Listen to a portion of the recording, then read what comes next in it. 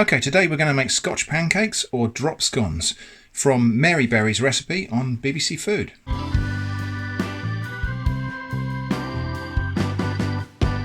So yeah, slight departure from the norm here. Normally I would just make up a recipe and show you, but today we're going to be using a recipe that already exists. It's Mary Berry's drop scone recipe. The reason I'm using this is that this is going to be a recipe collab with my friend Babatunde in Nigeria. He's never had pancakes before, and so I thought we would just use these. It's a very standard recipe and it should be very reliable. Mary Berry's very good at this sort of thing. So let's get started. Now the recipe ingredients are all in metric, grams and mil. I'll be trying to translate that into standard cups as we go. So we need 175 grams of self-raising flour.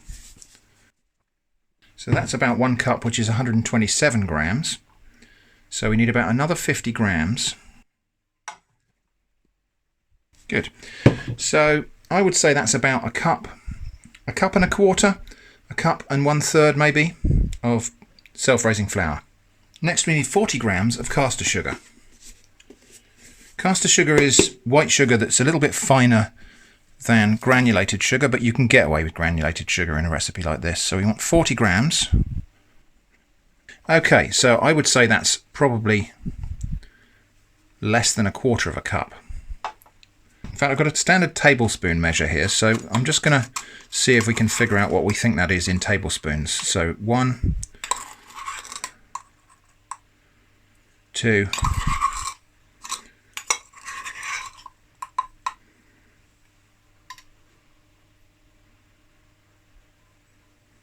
just a tiny bit over 3 level tablespoons of sugar. And then we want 1 teaspoonful of baking powder. Now I have got a teaspoon measure here, but I'm actually just going to use a teaspoon. Actually a coffee spoon.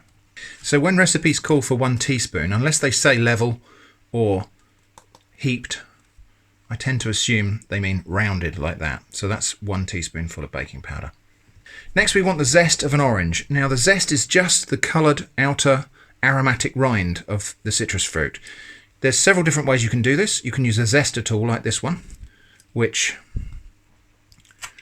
will pare away tiny little ribbons of the zest, like so. That works pretty well. Or you can use a grater.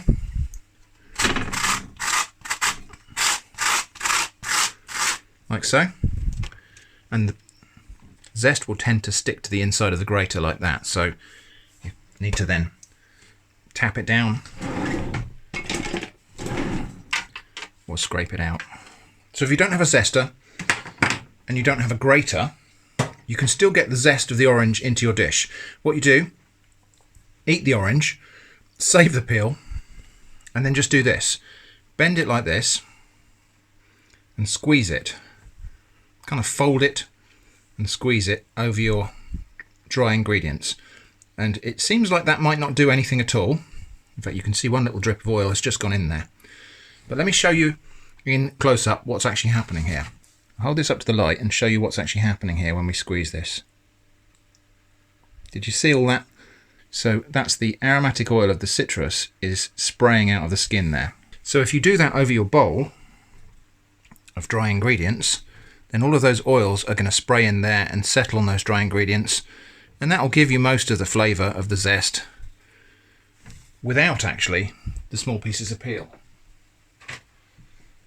I quite like orange zest, so I'm going to put that in as well. So we've got all our dry ingredients and orange zest in a bowl. Just going to mix those together.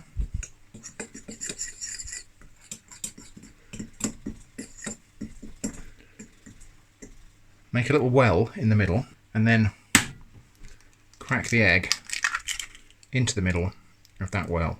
Now the recipe calls for 200 ml of milk, and my cup has actually got a 200 ml measure on it because it's actually 225 ml is a full cup.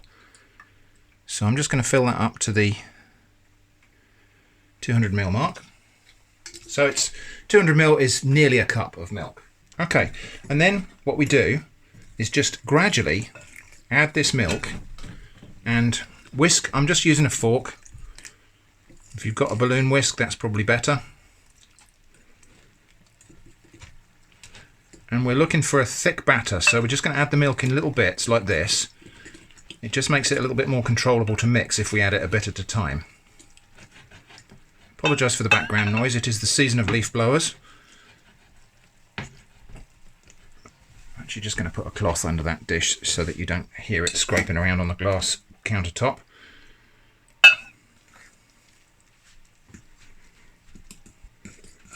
And to make sure we don't leave any little pockets of flour down at the bottom.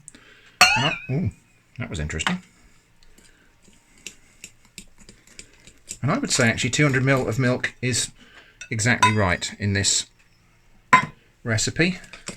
Some of it will depend on the size of your egg and the properties of your flour as well. So anyway, so we just give that a whisk, and here's the texture we're looking for. It's very similar in texture to the batter we made for battering cod when we did fish and chips. So it's, you can pick it up with a fork, but it's going to run through the fork, and it will thicken as it stands. Right, so we're ready to start cooking.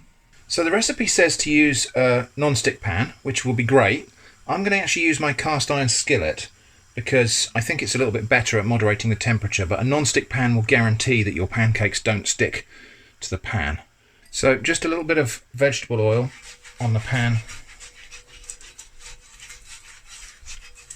to lubricate it. Some people will tell me I should be using butter, but butter will tend to burn. It will obviously taste nicer, but butter will burn much more easily. This is just a vegetable oil. And the pan is up to temperature now, and so we're just going to put in drops of this batter, like this. And what we try to do is drop it into the centre like that, and that will hopefully give us a rounded pancake.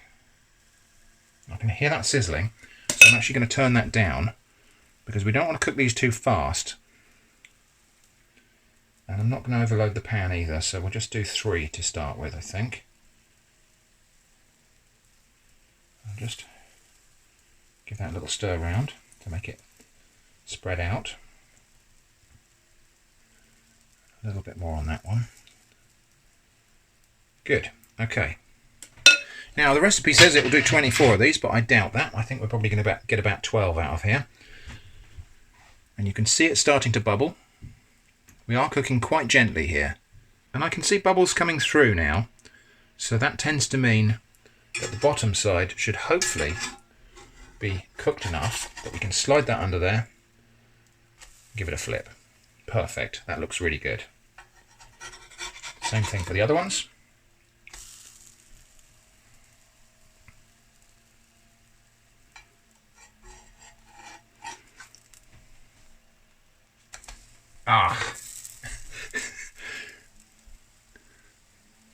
The more you put in the pan, the harder it will be to flip them without that kind of accident. But that's not a problem. What I'll do is at the end, I'll just flip that back over and just cook that little bit of batter there. And so you can see that the baking powder is working inside there, and these are puffing up now. Just give them one more flip, just to cook that bit of batter that got spilt onto the top of them there. But there we go, they're looking pretty good. The trick with this is always trying to moderate the heat of the pan so that you don't end up burning the outside before the inside of the pancake is cooked. And I would say those are done. So, I'll clear them out onto a plate. Get rid of any bits of batter because those will end up just being burnt. Another tiny lick of oil. And in with the next batch. I think this might be, I think the pan will need turning down because these are, I can hear them sizzling. I don't know how Mary's going to get 24 out of this recipe. I reckon we're going to get 12. Maybe hers were a little bit smaller than this. And again, we're just going to wait for that to bubble, to start seeing the bubbles popping on the top surface.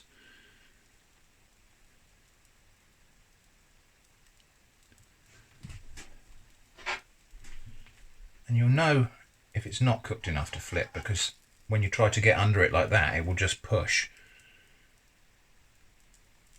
I reckon it's probably there. Yeah, that looks good to me. Let's see if we can do this without causing a disaster this time. Move the pan. Yay! Well, nearly. Okay, those are done. Next batch in. And what we'll do here, to keep them warm, we're just going to stack them. And they will keep each other warm while we cook the rest. So I've got 8.5 pancakes out of a recipe that says it does 24. So I don't know. Maybe Mary's are like little blinis or something. And just for a bit of fun, I'm actually just going to press some blueberries into the top of this one here. Just the last one as we go. And we'll just see what that does. There. Okay, so I reckon that last batch is done. So we'll have those out. Let's see what happened to the one we put blueberries into. So they've cooked into it, but they've also burst a little bit. So that will have just brought the juice out of those blueberries. Right, heat off. Let's go and enjoy some pancakes. Okay, so here's the plan. We'll have a pancake. I'm going to have some sliced banana on that. Now it's very nice to have ice cream or yogurt or creme fraiche or some sort of dairy type of thing on pancakes, but I'm going to try to have what is going to be available to my friend Babatunde out in Nigeria. So ice cream and yogurt, not really available. So I'm going to have fruit and honey on mine. So we're going to have that. We're going to have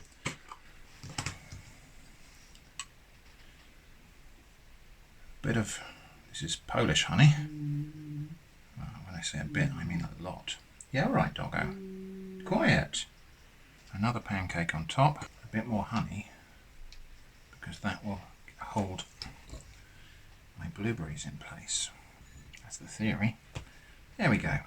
So, look at that.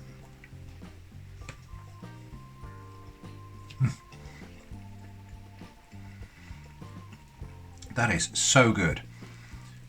Now let's just have a quick look at the inside of these pancakes, because see, they're fluffy and cake-like inside there, which is exactly what you want.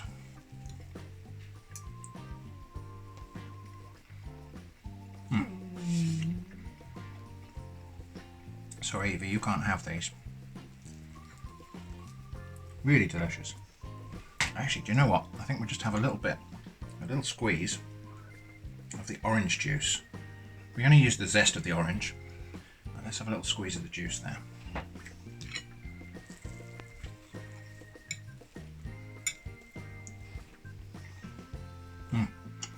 Even better. So I'm calling that a huge success. Thanks Mary Berry and thanks BBC. That's a good recipe. Not sure where you got 24 pancakes out of that, but these are really good. Oh, we need to have a look at the blueberry. The one we put blueberries into, so let's have a look. So when you cook blueberries, it kind of transforms them, and it's brought out a lot of their colour and flavour. So there we go, that was Mary Berry's recipe for drop scones or Scotch pancakes from the BBC Food website. I hope you enjoyed that, and I hope you'll head over to Babatunde's channel, Africa Every Day, to watch him having a go at making this recipe. Thanks for watching, and I hope to see you again soon.